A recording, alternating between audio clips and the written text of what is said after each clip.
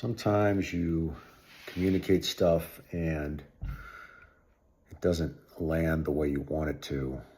I've got a newsletter that I put out every month, and it goes into politics and economy, and not everybody loves politics or likes to talk about it. And today I got some interesting feedback. One group that I'm a part of,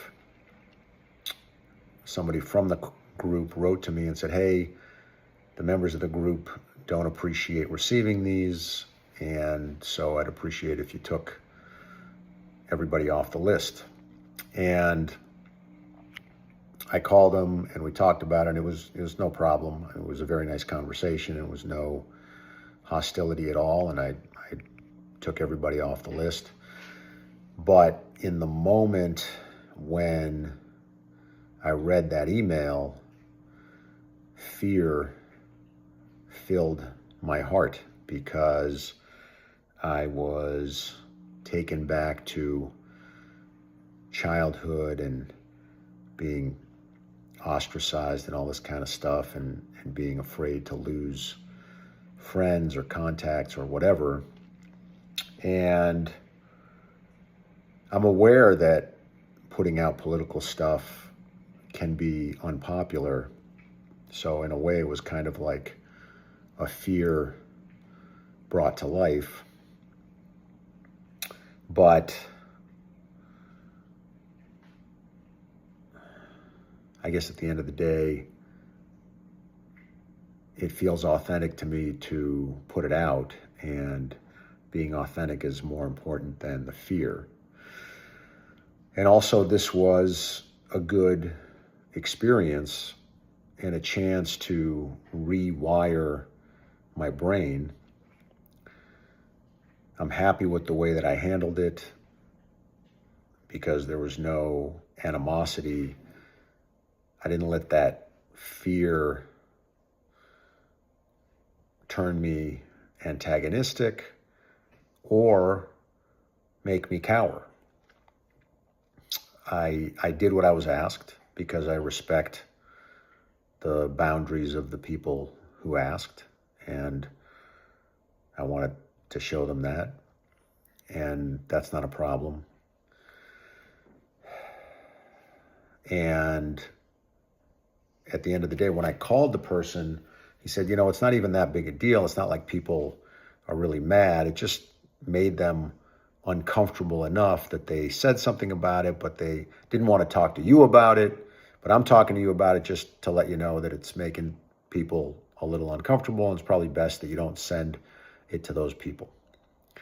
So even the conversation wasn't as bad as I was afraid it was going to be. And it was one of those moments where my mind reacted in a way that was programmed from childhood, from some instance that was really scary to me back then. And here was an instance that was different, and I got to go through it and see that it was different and not at all bad, and rewire that part of my brain and make a new neural network that says, okay, people can disagree with what I do, and it's not the end of the world. It doesn't mean that they don't like me. And the right way for me to handle it is to listen to them, respect what they want, and give them what they want, as long as it doesn't interfere with my integrity, rather than make an enemy of them, or get angry, or react irrationally. So this was a good experience, and I'm very happy with it. So I will keep putting out my newsletters. I also got some very good feedback from other people. And it was wonderful to get that. And it counterbalanced the feedback that said, hey, we don't like this so much. So it's good to have both.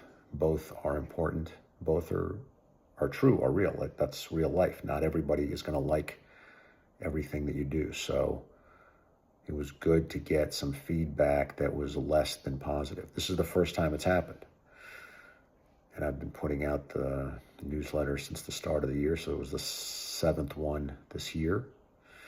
And apparently it's starting to get through to people one way or another. So the experience continues.